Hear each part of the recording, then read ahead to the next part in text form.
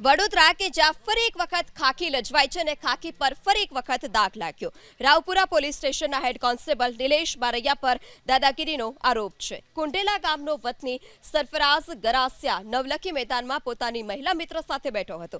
ત્યારે જ ફરજ પર ન હોવા છતાં નિલેશ બારૈયા નામના હેડ કોન્સ્ટેબલ પોતાના ભત્રીજા ભૌતિક ભીલ અને મયુર અને મિત્ર ચતુર બાસિયા યુવક પાસે પહોંચ્યો.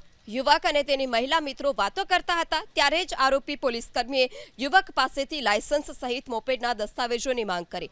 પૂરતા દસ્તાવેજ ન હોવાથી સમાધાનની વાત કરતા ત્રણેય આરોપીઓ યુવકને મેદાનમાં એકાંતવાળી જગ્યા પર લઈ ગયા, જ્યાં યુવકને ઢોર માર માર્યો. એટલું જ નહીં, યુવકના મોપેડને પણ આગ લગાવી દીધી. ઘટના અંગે યુવક સરફરાઝે ફરિયાદ નોંધાવતા રાવપુરા પોલીસે હેડ કોન્સ્ટેબલ નિલેશ બારૈયા સહિત 3 આરોપીની ધરપકડ કરી છે. સમગ્ર મામલે વધુ તપાસ પણ હાથ ધરાઈ. વડોદરા કે જ્યાં ફરી એક વખત ખાખી લજવાઈ છે અને ખાખી પર ફરી એક વખત દાગ લાગ્યો.